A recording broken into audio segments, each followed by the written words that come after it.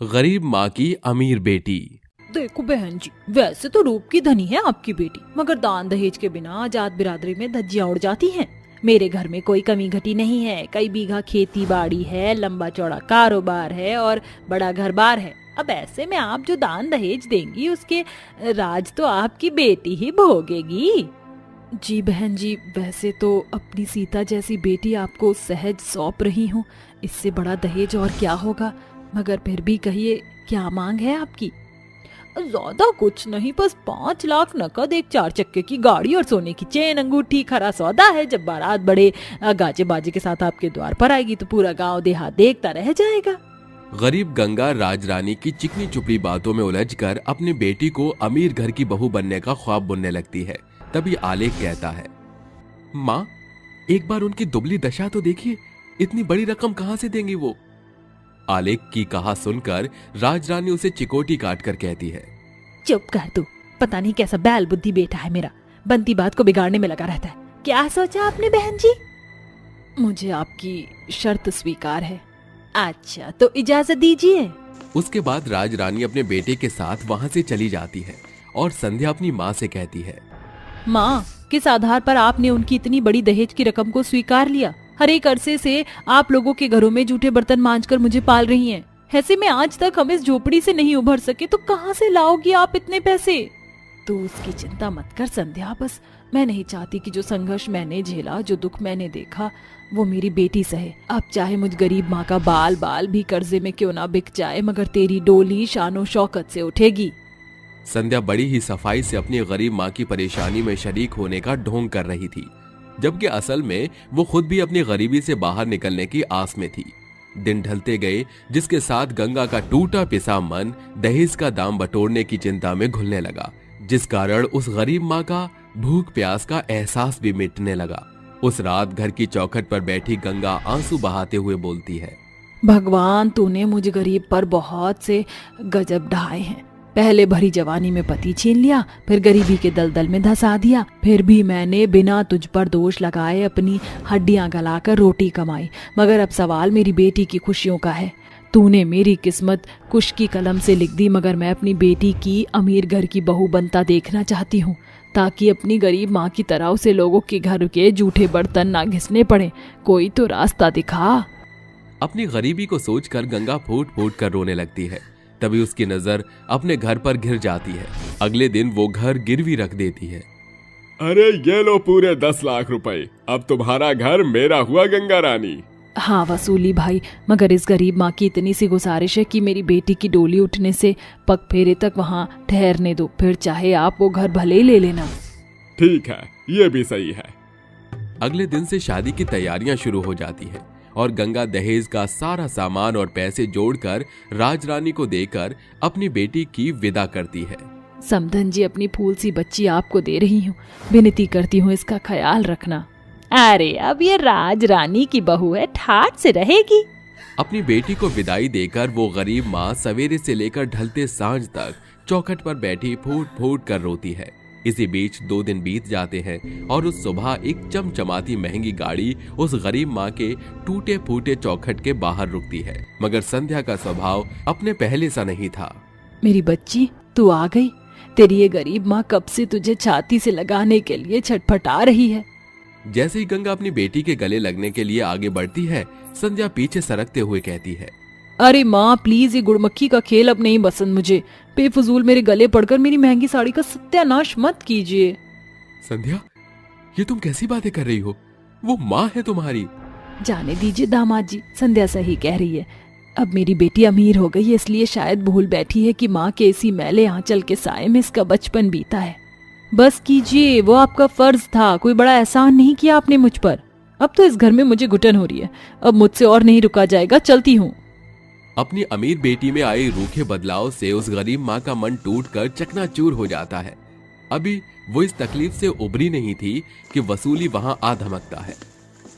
अरे चलो गंगा रानी, जो कि तुम्हारी बेटी के साथ फेरे और पग फेरे दोनों हो गए, अब तुम भी अपना रास्ता नापो, क्योंकि ये घर अब वसूली का है। इस तरह बेटी को शान शौकत से भरपूर घर में शादी करने की सजा में उस गरीब माँ को बुढ़ापे में बनवास भोगना पड़ता है।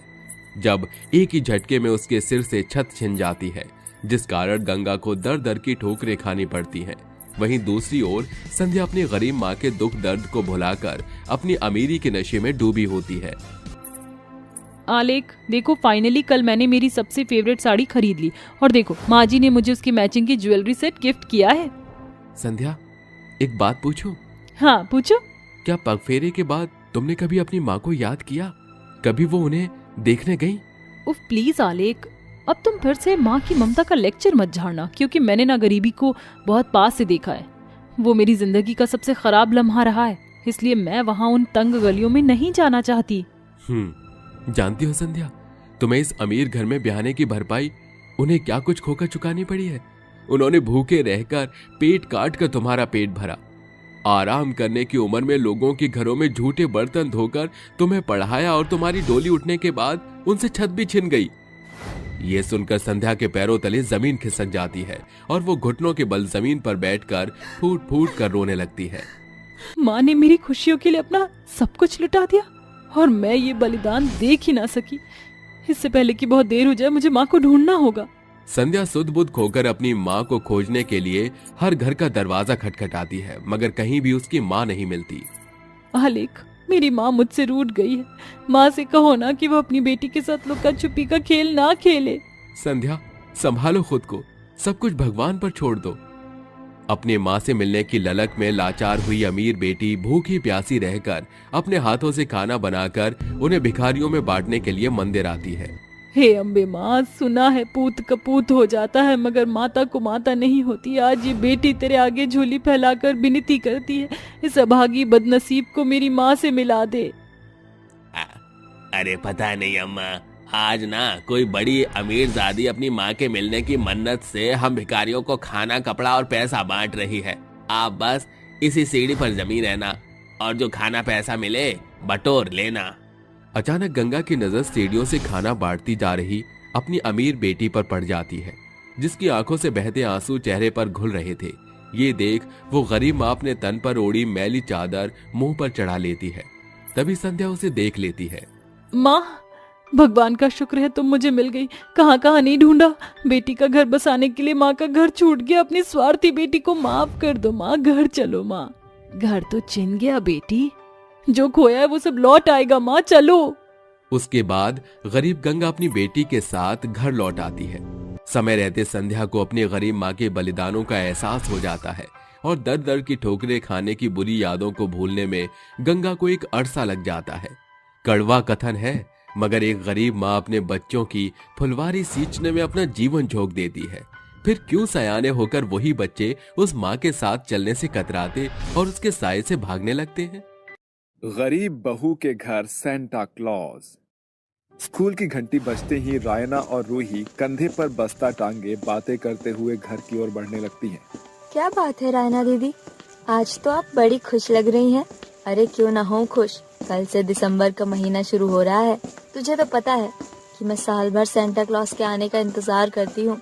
मेरा वो इंतजार दिसंबर के इन दिनों में खत्म हो जाता है। रायना दीदी, क्या सचमुच में सेंटा क्लॉज क्रिसमस पर आपको अपने हाथों से तोहफा देने आते हैं? अब बुद्धू बिल्कुल सच।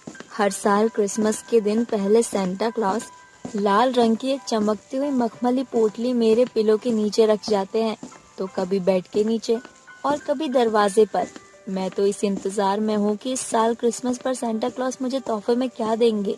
रायना की बातें सुनकर 6 साल की बच्ची रूही की आंखों में भी सेंटा क्लॉज से मिलने वाले गिफ्ट की उम्मीद छिटकने लगती है। थोड़ी ही देर में वो दोनों घर आती हैं। रायना और रूही गंगा देवी की 2 पोती हैं, मगर दोनों चचेरी बहनों के बीच गरीब और अमीर घर की दीवार घिरी है। गंगा की बड़ी बहू जीविका ने कुछ साल पहले ही जमीन का बंटवारा करके अलग अलग घर बनाकर अपना पल्ला छुड़ा लिया, मगर मेघा ने सुकड़े सफर में अपनी सास पर छाई गरीबी की चादर को खुद पर ओढ़कर उसका साथ दिया। रूही हताश होकर घर में घुसती है, जहाँ सिलाई मशीन पर बैठी उसकी माँ मेघा कहती है, आ गई रूही। क्या बात है बेटी, तेरी सूरत इतनी बुझी बुझी सी क्यों है? किसी ने कुछ कहा है क्या? माँ, मुझे पता है सेंटा क्लॉज हर साल रायना दीदी को क्रिसमस पर बहुत सारे तोहफे देते हैं, फिर वो कभी मुझे तोहफे क्यों नहीं देते? शायद मैं गरीब हूँ, इसलिए सेंटा क्लॉज मुझे किसी भी क्रिसमस पर कभी गिफ्ट नहीं देते। ऐसा कहते हुए रूही की आंखों में आंसू झिलमिलाने लगते हैं। ये देखकर मेघा अपनी सिलाई मशीन रोककर दिलासा देते हुए कहती है, ऐसा नहीं कहते बेटी, सेंटा क्लॉस कभी अमीर और गरीब में फर्क नहीं करते। तुम पहले बहुत छोटी थी, इसीलिए सेंटा क्लॉस तुम्हें गिफ्ट नहीं देते थे, क्योंकि तुम इन्हें संभाल नहीं सकती थी। मगर अब मेरी रूही सयानी हो गई है, इसीलिए इस साल सेंटा क्लॉस तुम्हें क्रिसमस पर तोहफा देंगे। अपनी माँ की बात सुनकर रूही का मुरझाया हुआ चेहरा खुशी से खिल उठता है। अगली सुबह मेघा अपनी जेठानी जीविका के घर पर खड़ी दरवाजा खटखटाती है। मेघा, तुम मेरे घर? कहो क्या बात है? जेठानी जी, मेरी बेटी बता रही थी कि राहना को हर साल क्रिसमस पर सेंटा क्लॉस तोहफा देते हैं। क्या ये सच है? ये सुनकर जीविका जोरदार ठहाका लगाकर मेघा की गरीबी की हंसी उड़ाते हुए कहती है, मेघा, मुझे मालूम नहीं था कि तुम गरीब बहू के साथ बुद्धू भी हो। अरे सेंटा क्लॉस केवल किताबों और कहानियों में होते हैं, असल जिंदगी का सेंटा सिर्फ पैसा है। इसका मतलब कि सेंटा का दिया हुआ तोहफा रायना तक आप पहुंचाती हैं। हाँ, हर साल क्रिसमस की रात ठीक 12 बजते ही मैं उसके तकिए के नीचे गिफ्ट रखती हूँ। सर्दी की उस रात बिछौने पर गरीब बहू के मन में बार बार एक ही सवाल उफन रहा था। मैंने रूही के मन में उम्मीद की लौ तो जला दी, मगर क्या मैं लाचार माँ उसकी क्रिसमस की विश पूरी कर पाऊंगी? क्योंकि संजीव की सैलरी घर खर्च में पूरा नहीं पड़ता। फिर मैं जो लोगों के कपड़े लाती सिलकर 4 पैसे कमाती हूँ, वो भी घर में ही लग जाते हैं। मगर अगर मैं थोड़े पैसे अलग से बचाऊं तो अपनी बेटी को क्रिसमस पर तोहफा दे सकती हूँ। इसी सोच के साथ गरीब बहू सूरज की पहली किरण के साथ जाग जाती है और घर का कामकाज खत्म कर भूखे प्यासे सिलाई करने में जुट जाती है। अरे अब बस भी कर मेघा बहू, सवेरे से सिलाई में आंखें फोड़ रही है। रात ढल गई है, थोड़ा तो अपने शरीर पर तरस खा। बस माँ जी, थोड़ी देर और, आप जाकर सो जाइए। ये कपड़े मुझे कल कस्टमर को देना है, इसीलिए अभी भी पूरा करना पड़ेगा। उसके बाद गरीब लाचार बहू के हाथ सिलाई मशीन चलाने पर लग जाते हैं। अगली सुबह रेखा नाम की एक रईस महिला उसके घर आती है। अरे मेघा, मैंने जो कपड़े सिलने को दिए थे वो सिल गए क्या? हाँ रेखा मैम साहब, ये रहे आपके कपड़े। अरे वाह मेघा, सिलाई करने में तो तुम्हारी हाथों को महारत हासिल है। एकदम शोरूम के जैसे सूट बूट सिला है तुमने मेरे बेटे के लिए। ये रहे तुम्हारे पैसे। शुक्रिया मेम साहब। वैसे मुझे आपसे एक मदद चाहिए थी। अगर किसी को भी कपड़े सिलवाने हो तो आप उन्हें मुझ गरीब बहू के घर का पता दे दीजिएगा। हाँ हाँ, क्यों नहीं मेघा, इतनी मदद तो मैं तुम्हारी कर ही सकती हूँ। रेखा ने अपने रिहायशी एरिया में गरीब बहू के सिलाई बुनाई के काम की बढ़ चढ़कर तारीफ की, जिसे देखकर अब औरतों ने मेघा को ढेरों कपड़े सिलने के लिए दे दिया। ये देखकर गरीब बहू गहरी सांस भरते हुए बोलती है, भगवान का शुक्र है, अब इस कपड़ों को सिलकर मैं अपनी बेटी के सेंटा की विश पूरी करूंगी। गुजरते दिन के साथ गरीब बहू लगातार मेहनत करती चली जाती है। आखिरकार उसने क्रिसमस के 3 दिन पहले अच्छी खासी रकम जोड़ ली थी। माँ, आपको याद है ना, 25 दिसंबर में सिर्फ 2 दिन बचे हैं। सेंटा मुझे तोहफा देने आएंगे ना?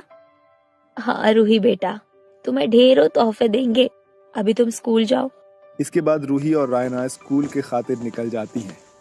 क्या बात है रूही, आज तू बहुत उछल कूद रही है। हाँ रायना दीदी, 2 दिन बाद क्रिसमस का दिन है। माँ ने कहा है इस साल सेंटा क्लॉस मुझे भी क्रिसमस का तोहफा देने आएंगे। उस रोज जब गरीब बहू पैसे लेकर गिफ्ट खरीदने जा रही थी कि ये गरीब भिखारिन गोदी में बच्चा और आंखों में आंसू लिए मेघा के आगे हाथ पसारते हुए कहती है, मुझ लाचार की मदद करो बहन, मेरी दुधमुही बेटी को जाड़े ने जकड़ लिया है। मुझ भिखारिन के पास एक खोटा सिक्का नहीं है। अगर डॉक्टर को नहीं दिखाया तो मेरी बेटी मर जाएगी। ये सुनकर मेघा का कलेजा कचोट उठता है और वो अपनी मुट्ठी में बंधे पैसे उस भिखारिन को दे देती है। ये लो बहन, जल्दी जाकर अपनी बेटी को डॉक्टर से जांच पड़ताल कराओ। भिखारिन के जाते ही जीविका उसके पास आकर कहती है, वाह रे मेरी दयावान देवरानी, अपनी बेटी के गिफ्ट के पैसे तो तुमने इस भिखारिन के झोले में डाल दिए। अब कहाँ से लाओगी तोहफा? सर्दी की उस रात गरीब बहू सारी रात बिछौने पर करवट बदलती हुई बिहान कर देती है और 24 तारीख की रात ढलते सर्दी के सन्नाटे में दरवाजे से आ रही एक खड़खड़ाहट मेघा के कानों में पड़ते ही वो उठकर दरवाजा खोलती है तो उसकी आंखें झिलमिला उठती है। वो देखती है कि एक चमचमाते हुए रथ पर, जिसके आगे की ओट पर हिरण बंधे थे, उस पर सवार सेंटा क्लॉज लाल रंग के सेंटा की ड्रेस पहने हुए थे। उनके सूरत पर लहरा रही मखमली दाढ़ी उनकी शोभा में 4 चांद लगा रहे थे और चारों ओर चांदनी छिटक रही थी। तभी गरीब बहू के घर के आगे से गुजर रहे सेंटा क्लॉज ने एक लाल रंग की पोटली बहू के दरवाजे पर फेंकते हुए कहा, मैरी क्रिसमस। जैसे ही मेघा वो लाल मखमली पोटली खोलती है, उसमें सैकड़ों सोने के सिक्के चमक रहे थे, जिसे देखकर मेघा की आंखों से खुशी के आंसू बरस पड़ते हैं। अगली सुबह, माँ, क्या कल रात सेंटा क्लॉज क्रिसमस का तोहफा लेकर आए थे? बोलो ना माँ। नहीं रूही बेटी, वो सेंटा क्लॉज बाकी बच्चों को तोहफा बांटने दूसरे गांव गए हैं। तुम अभी स्कूल जाओ, तुम्हारे आने तक सेंटा तोहफा दे जाएंगे। नन्ही रूही आंखों से आस बांधकर स्कूल जाती है और मेघा सेंटा क्लॉज द्वारा दिए गए पोटली से एक सिक्का लेकर उसे सुनार को बेचकर अपनी बेटी की खातिर एक सुंदर सा फ्रॉक और ढेरों चॉकलेट लाकर उसके तकिए और बिछौने के नीचे रख देती है।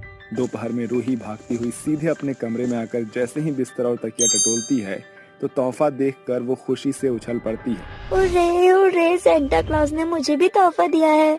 उस पल खिड़की पर खड़ी गरीब बहू की आंखों से बहते आंसू सूखने का नाम नहीं ले रहे थे।